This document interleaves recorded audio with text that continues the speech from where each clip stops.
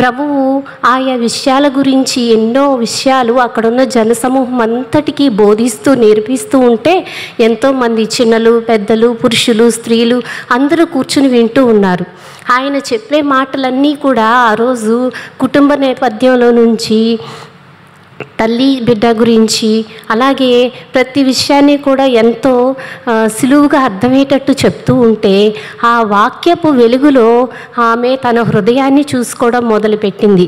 తన అంతరంగంలో అస్తవ్యస్తంగా ఉన్నటువంటి స్థితిగతులన్నింటికీ జవాబు ఆయన ఇచ్చిన సందేశంలో నుంచి వచ్చింది. ఎప్పుడైతే ఆవిడ వాటినన్నింటినీ వినుటూ అర్థం చేసుకుంటూ వస్తూ ఉందో అప్పుడు ఆవిడ మనసు ఎంతో తేలికైపోతూ వచ్చింది.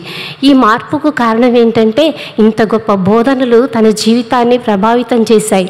అప్పుడు ఆమె నిజంగా ఆ రోజు ఆ కాలంలో యూదుల సమాజంలో స్త్రీలు బహిరంగంగా మాట్లాడటానికి వారికి హక్కు ఉండేది కాదు. ఒక వ్యాజ్యం వస్తే ఆ వ్యాజ్యంలో సాక్షిగా కూడా స్త్రీ పనికిరాదనమాట. అట్లాంటి సాంఘిక కట్టుబాట్లు ఉన్నటువంటి కాలంలో ఆమె ఆ సమూహం అంతట్లో ఎంతమంది ఉన్నారో తెలియదు, కానీ ప్రభువు మాత్రం ఒక చోట ప్రసంగించడం మొదలు పెడితే వేలాది మంది వస్తూ ఉండేవారు కదా. ఆ వేలాది మందిలో ఈ స్త్రీ నిలిచి బహిరంగంగా ఎంతో గంభీరంగా తన ఎక్స్ప్రెషన్ని వ్యక్తపరిచింది.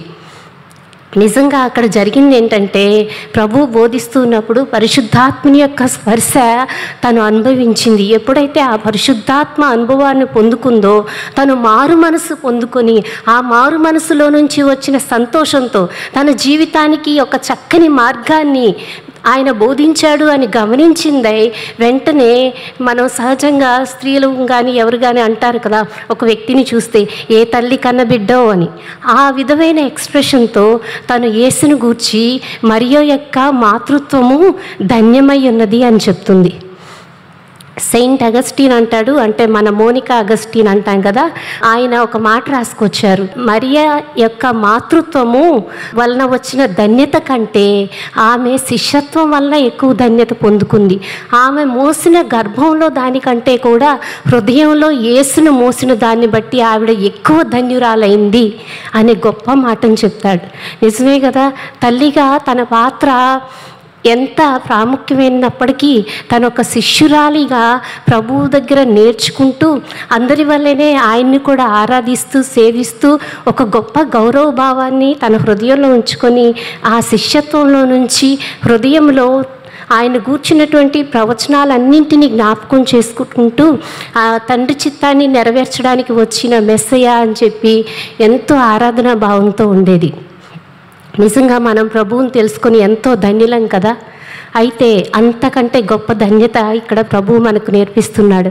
అదేంటంటే దేవుని వాక్యాన్ని, ఆ వాక్యంలో ఉన్న సారం ద్వారా మన జీవితాలను దీవెనకరంగా మలుచుకున్నప్పుడే అది నిజమైన ఆశీర్వాదం అవుతుంది. సాక్ష్యం అనేది కేవలం విశ్వాసుల మధ్య పంచుకునేది మాత్రమే కాదు, కానీ సాక్ష్యాన్ని మనం బయటకు వెళ్ళి ప్రజల మధ్య పంచుకోవాల్సిన వారమై ఉన్నాం. 105వ కీర్తనలో ఓ చక్కని మాటలు ఉంటాయి. 1-2 వచనాల్లో కృతజ్ఞతాస్తుతులు చెల్లించుడి. అయితే ఆ కృతజ్ఞతాస్తుతులు చెల్లించే విధానము ఎలా అంటే కేవలము నోటితో స్తుతులు స్తోత్రములు అనడం మాత్రమే కాదు. అక్కడ వచనాల్లో ఒక బాధ్యతతో మనకి ఒక పని అప్పగించబడింది. అదేంటంటే యెహోవాకు కృతజ్ఞతాస్తుతులు చెల్లించుడి, ఆయన నామమును ప్రకటన చేయుడి, జనములలో ఆయన కార్యములను తెలియచేయుడి, ఆయన గూర్చి పాడుడి, ఆయనను కీర్తించుడి, ఆయన కార్యములన్నింటినీ సంభాషణ చేయుడి. ఇక్కడ చేయవలసినటువంటి 3 పనులు ఉన్నాయి. ప్రకటించాలి, తెలియచేయాలి, సంభాషణ చేయాలి. అంటే ఏం చేయాలంటే మన గొంతెత్తి గళమెత్తి ప్రభు యొక్క కార్యాల్లో తెలియచేయాలి. ఆవిడ ఎంత స్పాంటేనియస్గా తన సాక్ష్యాన్ని, తన ఒప్పుకోల్ని అనేక మంది ప్రజల ముందు ఎటువంటి బెరుకు లేకుండా, ఎవరు తనను మందలిస్తారో, ఎవరు తనని పనిష్మెంట్కి గురి చేస్తారో అని ఎటువంటి ఆలోచన లేకోకుండా తన హృదయంలో ఎనలేని ఆనందాన్ని మొట్టమొదటిసారిగా పొందుకున్నదేమో ఆ సంతోషంలోంచి, ఆ ఉప్పొంగిన హృదయంలో నుంచి వచ్చినటువంటి మాటను ఎటువంటి జంకు లేకుండా ప్రకటించింది. దానికి కారణం ఏంటంటే ఆమెలో ఉన్న విశ్వాసమే. ఆ సాక్ష్యం చెప్పడానికి, యేసులో ఉన్నటువంటి దైవత్వాన్ని గుర్తించి అలా నిశ్శబ్దంగా ఉండడానికి, కూర్చుని ఉండిపోవడానికి తన మనసు అంగీకరించలేదు కనుక వెంటనే లేచి ఉత్సాహధ్వని చేసినట్టుగా ఆ మాటను పలికింది. మరియ యొక్క మాతృత్వం గొప్పది అని చెప్పి. సమరయ స్త్రీ ఉదాహరణ కూడా మనం చాలాసార్లు విన్నాం. ఆ స్త్రీ కూడా అంతే. యోహాను సువార్త 4వ అధ్యాయము 28-30 వచనాల్లో ఉంటుంది. యేసు మాట్లాడిన తర్వాత ఆ ఊరి వారి దగ్గరికి వెళ్ళి నా సంగతులన్నీ తెలిసిన మనిషిని నేను చూశాను అని చెప్తుంది. అక్కడికి వెళ్ళి మీరు వచ్చి నేను చేసినవన్నీ నాతో చెప్పిన మనుష్యుని చూడుడి అని ఆ ఊరి వారితో చెప్తుంది. అదేంటండి, ఒక వ్యభిచార స్త్రీ గురించి కొత్తగా ఎవరైనా ఆ ఊరి వారికి చెప్పాలా? ఊరందరికీ తెలిసిన విషయమే కదా. కానీ అంతకు మించి ఏదో ఒక ప్రత్యేకమైన విషయం అక్కడ ప్రజల వారందరికీ చెప్పింది, ఆ ఊరు వారందరికీ. అక్కడ ఆయన ఆమెతో సంభాషించిన విధానాన్ని గురించి, అలాగే ఈవిడికి కూడా సందేహాలు వచ్చాయి. ఆ సందేహాలని 25వ వచనంలో అడుగుతుంది.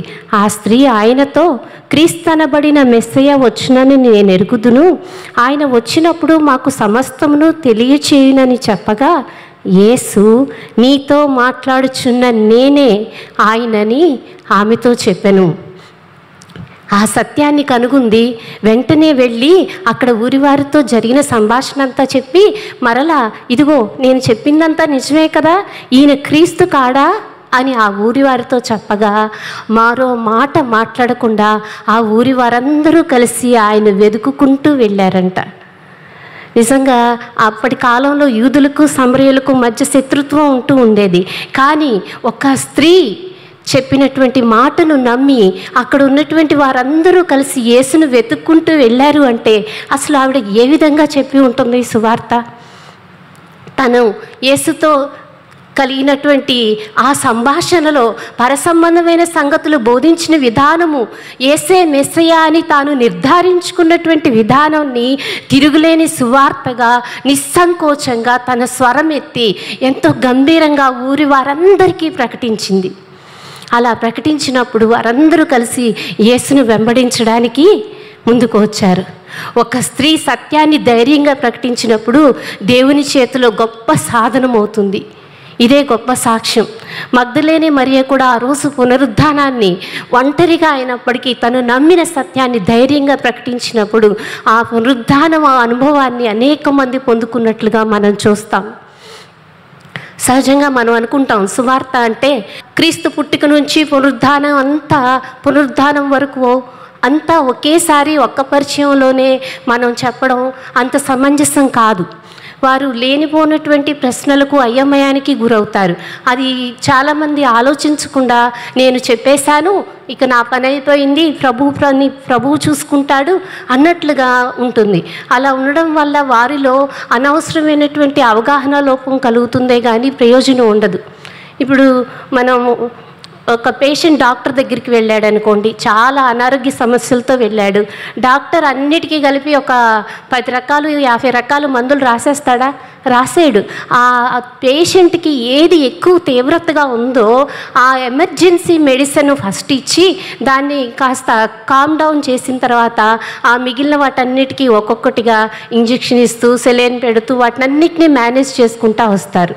అలాగే ఈ సువార్తను మనం ప్రకటించేటప్పుడు కూడా అంతా ఒక్కసారే కాకుండా ఆ వ్యక్తి ఏ పరిస్థితిలో ఉన్నాడో అతని పరిస్థితిని బట్టి, ఒకవేళ అతను కృంగిన స్థితిలో ఉన్నట్లయితే ఈ దేవుడు ఆదరించే దేవుడని, ఒకవేళ వ్యాధిగ్రస్తుడై ఉంటే ఈ దేవుడు స్వస్థపరిచే దేవుడని వారి అవగాహనకు తగ్గట్టుగా దేవుని యొక్క విశిష్టతను అర్థవంతంగా మనం ప్రకటించాలి.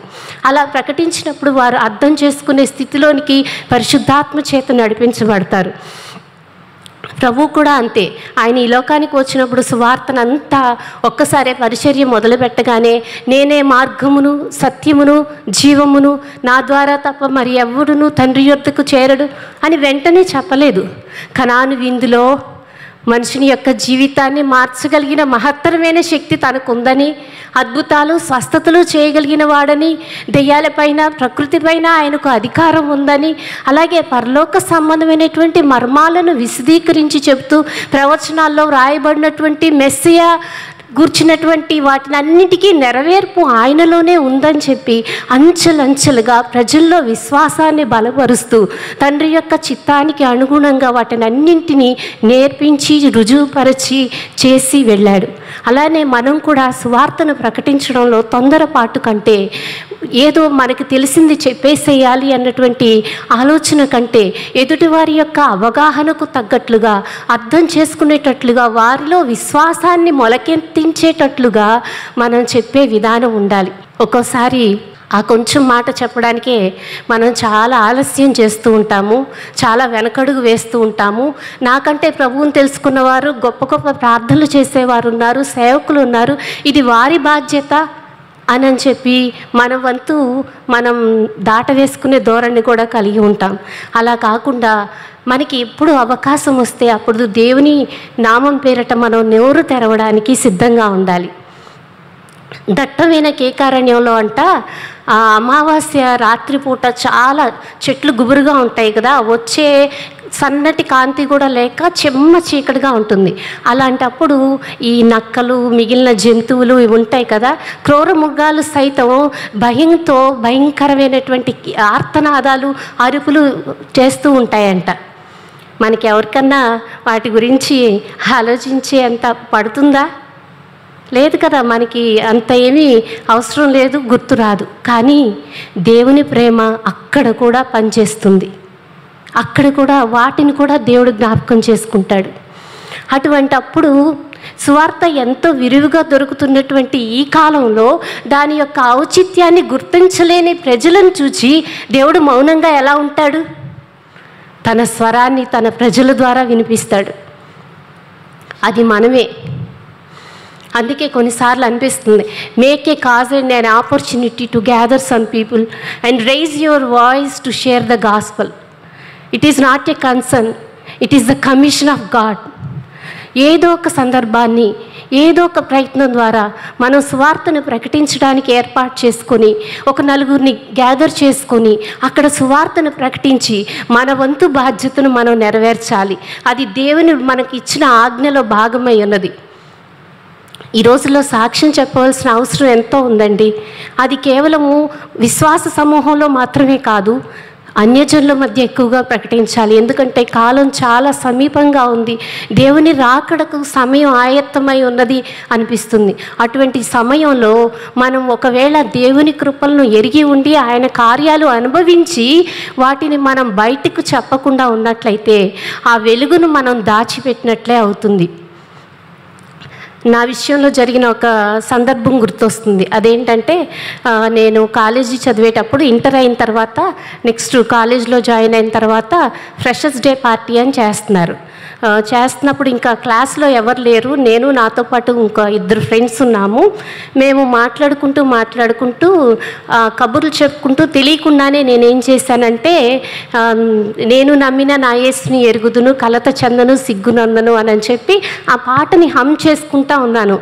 అలా కొంచెం డివోషన్లోకి వెళ్ళినట్టుగా నేను మర్చిపోయాను, నేను కాలేజీలో ఉన్నాను అన్న విషయాన్ని మర్చిపోయి అలా కళ్ళు మూసుకుని ఆరాధించుకుంటా ఉంటే కొద్దిసేపటి తర్వాత మా ఫ్రెండ్ ట్యాప్ చేసిన తర్వాత కళ్ళు తెరిచి చూస్తే ఒక నలుగురు ఫైనల్ ఇయర్స్ బాయ్స్ వచ్చి నిలబడిన తర్వాత వాళ్ళు వచ్చి మీరు రేపు ఫ్రెషర్స్ పార్టీలో పాట పాడాలి అని ఇలా వేలు పెట్టి చూపించారు. మనసులో అనుకున్నా నేను పాట పాడితే మీరు పారిపోతారు అనుకున్నా. వారితో చెప్పలేదు, కానీ వాళ్ళు చాలా ఇన్సిస్ట్ చేస్తున్నారు. నా ఫ్రెండ్స్ ఏమో వాళ్ళని బతిమలాడుతున్నారు, ప్లీజ్ తను వదిలేయండి, మీరు ఇంకా గట్టిగా అంటే తను ఏడ్చేస్తుంది, వదిలేసేయండి అంటే, ఇగో తను పాట పాడటం మేము విన్నాము, తను రేపు పాడాలి అంతే అని చెప్పి అన్నారు. అప్పుడు నేను అన్నాను, నేను ప్రభువుని తెలుసుకున్నానండి, నేను అలాంటి పాటలు పాడను, నేను ఇప్పుడు పాడింది కూడా ప్రభువుని గురించి పాటే అని చెప్పాను. ఇంకా వాళ్ళు మాట్లాడకుండా వెళ్ళిపోయారు. ఆ రోజు నేను చెప్పటం వల్ల కాలేజీ స్టడీ అంతట్లో నాకు చాలా ప్రొటెక్షన్ దొరికింది అనమాట. ఓకే, ఈవిడ బిలీవర్ అనమాట, వీళ్ళతో మనకెందుకులే అన్నట్టుగా. అట్లా అక్కడ నేను చెప్పగలగటానికి, ఒకవేళ నేను దేవుని బిడ్డను ప్రభువుని తెలుసుకున్నాను అని తెలిస్తే నేనేం తక్కువైపోను కదా. కానీ ఈ రోజుల్లో యవ్వనస్తులు చాలామంది అలా చెప్పుకోవడానికి కూడా చాలా వెనకాడుతున్నారు. మా పెద్ద బాబు ఉన్నాడు. చిన్నప్పుడు వాళ్ళ ఫ్రెండ్స్ కానీ ఎవరికన్నా మీ నాన్న ఏం చేస్తారు అంటే, నాన్న పాస్టర్ అని చెప్పాను, నేను టీచర్ అని చెప్తాను అనేవాడు. టీచర్ అనే చెప్పేవాడు. చాలా రోజుల తర్వాత ఈ మధ్య మా నాన్న పాస్టర్ అని చెప్పి చెప్తున్నాడు. ఓకే, నీలో మెచ్యూరిటీ వచ్చింది. ఈ రోజు నువ్వు సిగ్గుపడకుండా నీ తండ్రి గురించి, నీ తండ్రి సేవించే దేవుని గురించి నువ్వు చెప్పగలుగుతున్నావు అని అనిపించింది. వారంటే చిన్నవాళ్ళు, యవ్వనస్తులు ఒక అవగాహనకు వస్తారు. కానీ చాలామంది విశ్వాసులు సైతము బహిరంగంగా ప్రభువుని గురించి ఒప్పుకొనలేక ఏళ్ల తరబడి రహస్య క్రైస్తవులుగా ఉండిపోతున్నారు. వారు మందిరానికి రారు, కానీ వారి కోసం ఎవరైనా వచ్చి ప్రార్థన చేయాలి. అలా ఉంటూ ఎంతమంది ఉన్నారో చెప్పలేం.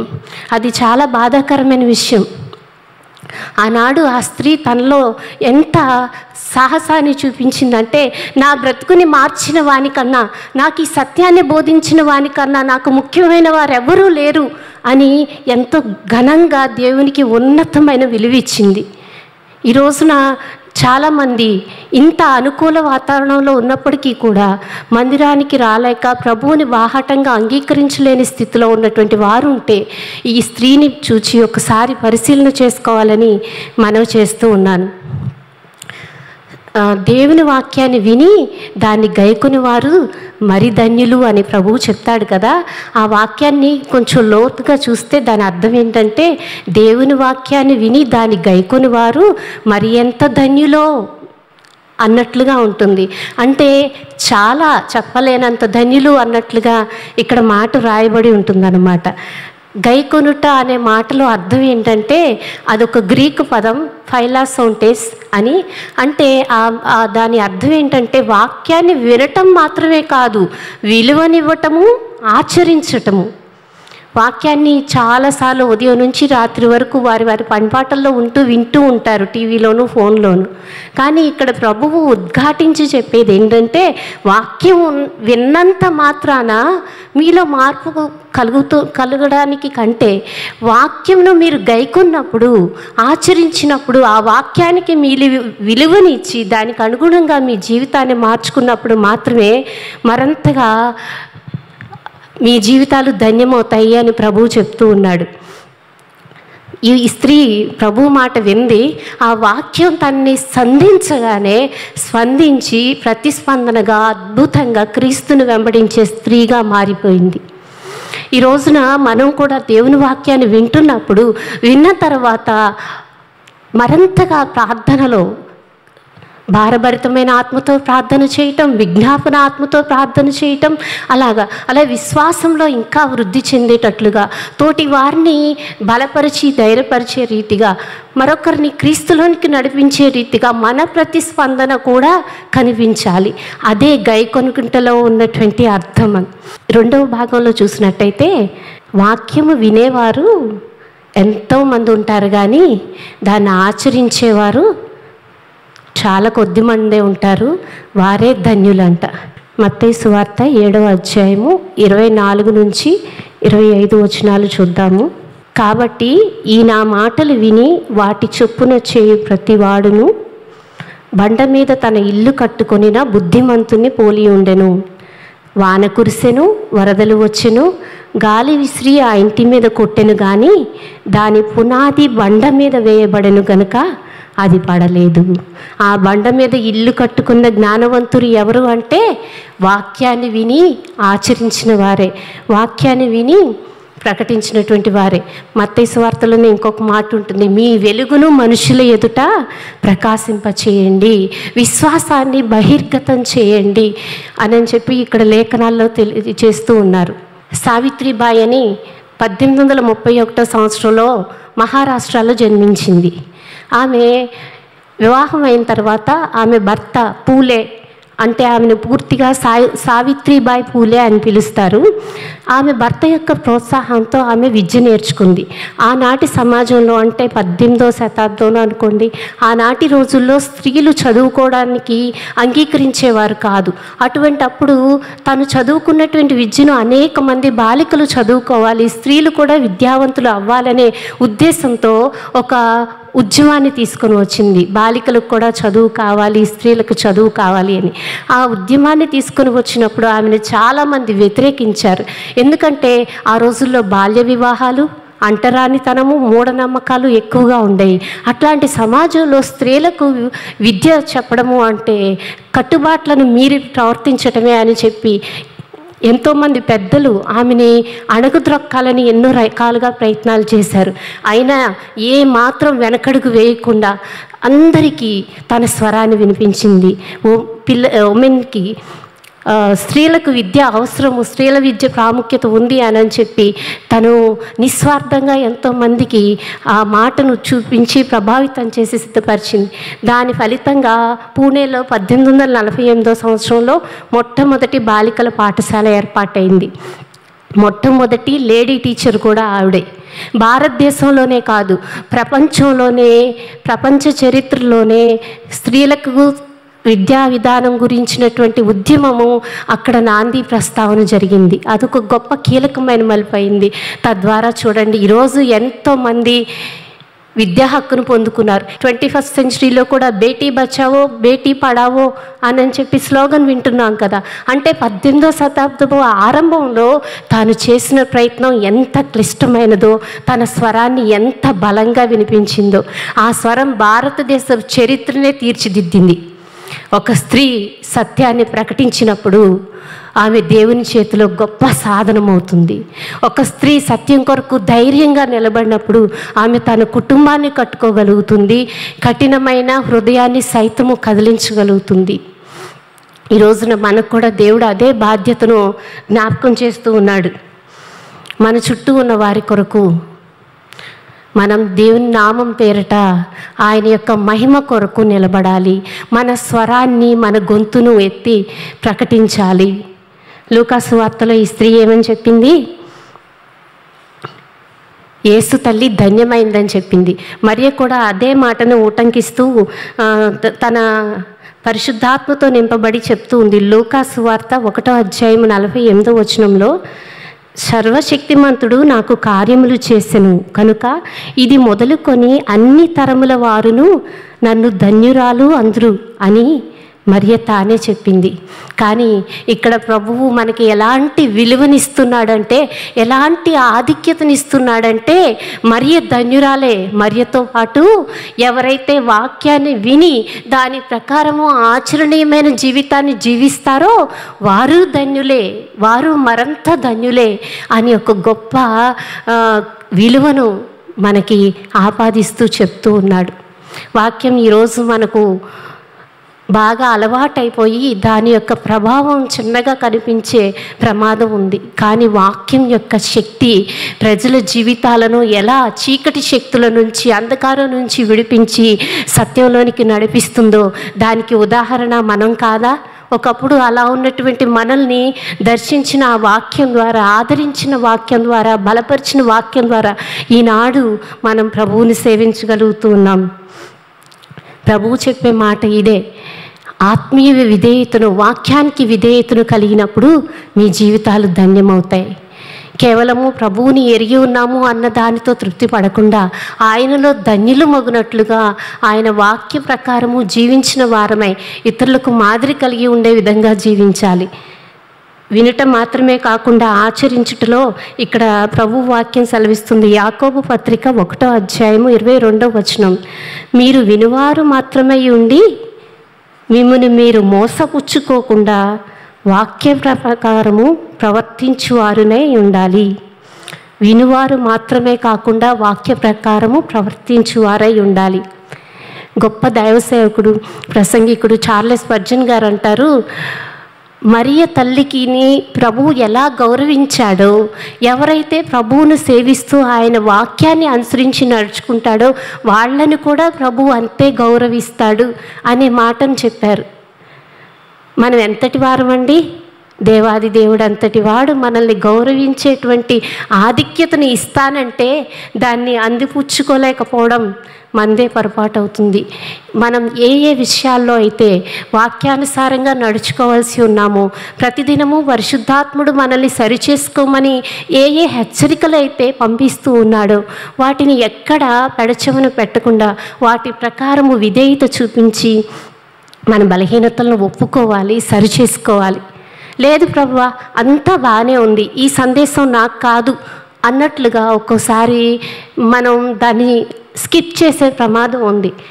కానీ మనం రక్షణ సందేశం విన్నా సరే, మనం రక్షణ పొందుకున్న నాటి దినాన్ని జ్ఞాపకం చేసుకొని ప్రభు ఆ తొలిటి దినాల్లో ఉన్నటువంటి సునిశ్చితమైనటువంటి స్పందించే మనసు నాకు మరలా దయచేయి ప్రభు అని చెప్పి ఆ వాక్యంలో నుంచి మనం నేర్చుకోవచ్చు.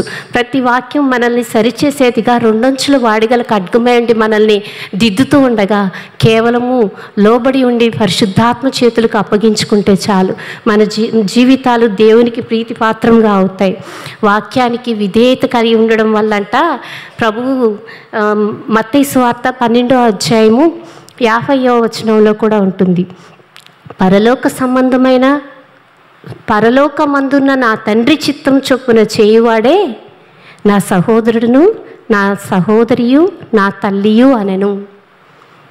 ఈరోజు మనం ఆయన కుమారులు కుమార్తెలమనే కాదు, అంతకు మించి ఆయన జన్మించినప్పుడు తన కుటుంబంగా ఎంచుకున్నటువంటి వారున్నారే, అంతటి అనురాగంతోనూ ఆప్యాయతతోనూ మనల్ని ఇక్కడ చెప్తూ ఉన్నాడు. పరలోకమందున్న తండ్రి చిత్తాన్ని నెరవేర్చేవారే నా తల్లి, నా సహోదరుడు అని. అలా మనం దేవుని సన్నిధిలో వాక్యం యొక్క విశిష్టతను ఎరిగిన వారమై మరింతగా మన జీవితాల్లో అన్వయించుకొని దానికి అనుగుణంగా నడుచుకోవడానికి మన హృదయాలను సిద్ధం చేసుకోవాలి. ఆ స్త్రీ ఎలాగైతే తన జీవితాన్ని ప్రభు పాదాలకు అప్పగించిందో, గొంతెత్తి మాట్లాడిందో వేలాది మంది ప్రజల ముందు, ఎక్కడైతే మన స్వరం అవసరమై ఉందో ఆ స్వరాన్ని ప్రజలకు వినిపింపచేయాలి. ఒక స్త్రీ సత్యాన్ని ప్రకటించినప్పుడు దేవుని చేతిలో శక్తివంతమైన సాధనం అవుతుంది. నేను మీరు కాదు అక్కడ నిలబడేది, జీవం కలిగిన దేవుని ఆత్మ ప్రజల హృదయాలను ఆయన చెంతకు తీసుకువచ్చే విధంగా చేస్తుంది.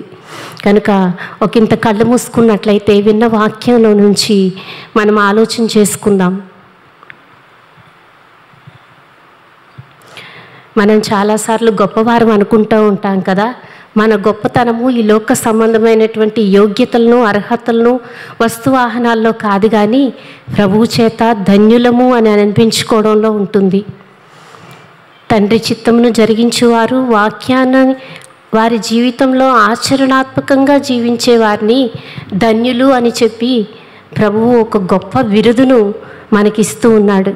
ఆ ధన్యతను పొందుకోవడంలో మనం దేవుని పాదములు పట్టుకొని అడుగుదాం. మనం ఎన్నిసార్లు వాక్యం విన్నాము అన్నదానికంటే ఎన్నిసార్లు వాక్యానుసారంగా జీవించాము, ఎలా దాన్ని ఆచరించాము అన్నదే ఎంతో ప్రాముఖ్యమైన విషయం. యేసును మోసిన తల్లి కన్యమర్య ఎంతటి ధన్యురాలైందో మనం ఎప్పుడూ జ్ఞాపకం చేసుకుంటూ ఉంటాం. ఎన్నో వేల మంది స్త్రీలలో ప్రభువు మరియని ఎంచుకున్నాడు కదా, ఎంత భాగ్యవంతురాలో అని.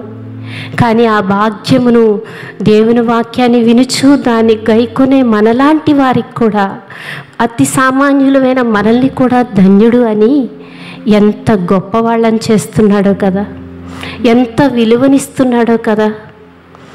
మన నుంచి ప్రభువు ఆశించేది ఏదైనా ఉందంటే ఆయన కొరకు మన స్వరాన్ని తెరవటం, మన సాక్ష్యాన్ని అలాగే క్రీస్తు సాక్ష్యాన్ని ప్రజల్లోనికి తీసుకొని వెళ్ళడం, మనం పొందినటువంటి కృపలను ప్రభువు ఎరగని వారికి తెలియచేయటం, విన్న వాక్యం ద్వారా మన జీవితాలను దేవునికి ఆమోదయోగ్యంగా విశ్వాస జీవితంలో అంతకంతకు వృద్ధి చెందడం. ఈ స్త్రీ తెగువ కలిగి పలికినటువంటి ఒక్క మాట అక్కడ అద్భుతమైన సందేశం ఇవ్వడానికి ద్వారం తెరిచింది. 68వ కీర్తన 11వ వచనంలో ఉంటుంది, ప్రభువు మాట సెలవిచ్చుచున్నాడు, దాన్ని ప్రకటించు స్త్రీలు గొప్ప సైన్యముగా ఉన్నారు. మనమేనండి ఆ సైన్యం. ఏ స్త్రీ అయితే దేవుని నామం పేరట గొంతెత్తి సత్యాన్ని ప్రకటిస్తుందో ఆ స్త్రీనే గొప్ప సైన్యం. ఒకవేళ మీ స్వరమెత్తి ప్రభు కొరకు మాట్లాడకపోతే ఆ మౌనమే ప్రశ్నిస్తుంది మిమ్మల్ని. దేవుడు నీ పట్ల చేసిన కార్యాలకు నువ్వేం చేశావు అని. దానికి బదులేం చెప్తారు? ఎక్కడ చెప్పాలి సువార్తను, ఎప్పుడు చెప్పాలి అంటే అది ఆయా పరిస్థితులను బట్టి మీకే అర్థమవుతుంది, మీ మనస్సాక్షి చెప్తుంది. అప్పుడు మీరు నిస్సంకోచంగా మీ స్వరాన్ని వినిపించాలి. ఈ దేవుని చేసిన ఘనమైన కార్యములను, ఆశ్చర్య కార్యములను ప్రజలలో ప్రకటన చేయాలి. ఆయనకు కృతజ్ఞతాస్తుతులు చెల్లించే విధానము కేవలము నోటి మాటలతోనే మాత్రమే కాదు, ఆయన నామమును అన్యజనులలో ప్రకటన చేయాలి. ప్రజల జీవితాల్లో దేవుని యొక్క కృపను పంపించే విధముగా విజ్ఞాపన చేయాలి. ప్రభు కార్యములను తెలియచేస్తూ ఆయన కీర్తిస్తూ ఆశ్చర్య కార్యములన్నింటిని గురించి సంభాషణ చేయాలి. ఈరోజు సాక్ష్యం ఇవ్వగలుగుతూ ఉన్నటువంటి సిద్ధపాటు, సమర్పణ మీరు కలిగి ఉంటున్నారా? నేను నా దేవుడు ఉంటే చాలు, నాకెవరితో సంబంధం లేదు అన్నట్లయితే దేవుడు మనకు అప్పగించిన బాధ్యత విషయంలో మనం దోషులం అయిపోతాం. ఈ వెలుగు మన జీవితాలను వెలిగించింది, మనల్ని బ్రతికించింది. నిత్య జీవంలోనికి నడిపించినటువంటి ఈ దేవుని మార్గమును, ఇంకా దేవుని ప్రేమను చూడలేనటువంటి అనేక ప్రజలు మన కళ్ళ ముందు కనిపిస్తూ ఉన్నప్పుడు ఎలా మాట్లాడాలో, ఎలా ప్రభువును పరిచయం చేయాలో, ఎలా ఆయన యొక్క గొప్పతనమును సమాజం అనుకుంటున్నట్లుగా హీన భావనతో కాకుండా ఉన్నతమైన భావనతో చూపించాలో పరిశుద్ధాత్ముడు మనకు బోధించులాగున ఇంకా దేవుణ్ణి అడుగుదాం. ఈ దేవుడు మనకు విలువిచ్చాడండి. ప్రజల్లో మీ విలువ తగ్గిపోతుందేమనే భయంతో మీరు మౌనంగా ఉండొద్దు. మీ స్వరాన్ని తెరచి, మీ గృహాలను తెరచి సువార్తకు ద్వారాలను తెరవండి. ఒకవేళ మీరు చేయలేకపోతే చేసే వారికి అవకాశాలను ఇవ్వండి. ఏ విధం చేతనైనను దేవుని యొక్క చిత్తాన్ని నెరవేర్చున్నట్లుగా, మీ వంతు బాధ్యతను మీరు నెరవేర్చున్నట్లుగా మీ స్థానాల్లో నిలబడండి. మన జీవితాల్లో దేవుడు చేసిన మహోపకారములను బదులుగా మనం తిరిగి ఏమీ చెల్లించలేము. కృతజ్ఞతతో ఆయన నామమును స్తుతిస్తూ ఆయన్ను ఘనపరుస్తూ ఉండడమే. అది కూడా చేయలేని స్థితిలో ఉన్నట్లుగా మనం ఉండవద్దు. ఎన్నో విషయాల కోసం బయట పోరాడే స్త్రీలు ఉన్నారు. ఎటువంటి స్వార్థము లేకుండా సామాజిక సేవ చేస్తున్నటువంటి వారు ఎంతోమంది ఉన్నారు. అంతకు మించినటువంటి గొప్ప బాధ్యత మనకు ఉంది. అటువంటప్పుడు మనం మన శక్తి సామర్థ్యములను, మనకున్నటువంటి తలాంతులను, మనకున్న స్తోమతను అన్నింటినీ ఈ దేవుని కొరకు ఎలా వినియోగించగలిగితే, ఆయన రాజ్య వ్యాప్తి కొరకు మనం ఎలా అయితే పాటుపడగలిగితే అంతగా పాటుపడటానికి ఈరోజు మీ హృదయాలను తెరవమని మనవి చేస్తూ ఉన్నాను. పరిశుద్ధాత్మదేవ, మమ్మల్ని సంధించును ఆయన, మాతో మాట్లాడు ప్రభువా. ఈ కడువరి దినాల్లో నశించిపోతున్నటువంటి ప్రజల మధ్య నీ సువార్త వినబడుతున్నప్పటికీ వినలేని స్థితిలో ఉన్నటువంటి వారు ఉన్నారు. వారి చెవులు మందము కాక, వారి హృదయములు కఠినం చేసుకొనక, నీ సువార్తకు వారి హృదయములు తెరచి అంగీకరించున్నట్లుగా, లోబడినట్లుగా సహాయము చేయమని వేడుకుంటూ ఉన్నాము. అలాగే విశ్వాసులమైనటువంటి మేము వాక్యము వినినట్టుగానే ఉండి దాన్ని ఆచరించలేని వారము కాకుండా, బండ మీద కట్టబడినటువంటి ఇల్లు వలె మా ఆత్మీయ జీవితాలను కూడా సుస్థిరమైనటువంటి వాక్యపు పునాదిలో కట్టుకుంటూ, వాక్యము ద్వారా మా జీవితాలను మరింత ఎన్రిచ్ చేసుకుంటూ, మరింత దీవెనదాయకంగా చేసుకుంటూ, ఆ వాక్యంలో ఉన్నటువంటి సారం ద్వారా అనేక జీవితాలను ప్రభావితం చేసేటువంటి స్త్రీలుగా మా గొంతులెత్తి మా స్వరాలెత్తి ప్రకటించే వారంగా చేయమని వేడుకుంటూ ఉన్నాం తండ్రి. విలువలేని వాటి కొరకు, నిష్ప్రయోజనమైన సంభాషణల కొరకు మా స్వరాన్ని ఎత్తి వ్యర్థపరుచుకోకుండా దేవదేవుడువైనటువంటి మహోన్నతుడువైన నీ కార్యములు ప్రకటించడానికి, నీ జనన, జీవన, మరణ, పునరుద్ధాన, ఆరోహణ, అవరోహణ క్రమమును నాయన వివరించడానికి మాకు సహాయం చేయమని వేడుకుంటూ ఉన్నాం. ఒక స్త్రీ సత్యాన్ని ధైర్యంగా ప్రకటించినప్పుడు దేవుని చేతిలో గొప్ప సాధనమవుతుంది అని ఈ పరిశుద్ధ గ్రంథంలోనూ చరిత్రలో ఎన్నో ఉదాహరణల ద్వారా మాకు రుజువులు చూపించావు. మేము కూడా తండ్రి మాకున్న పరిధిలో సత్యమును చేత పట్టుకొని సజీవ పత్రికల వలె నీ సాక్షులుగా నిలబడటానికి జ్యోతుల వలె ఈ లోకములో మమ్మల్ని వెలిగించమని ప్రార్థన చేస్తూ ఉన్నాం తండ్రి.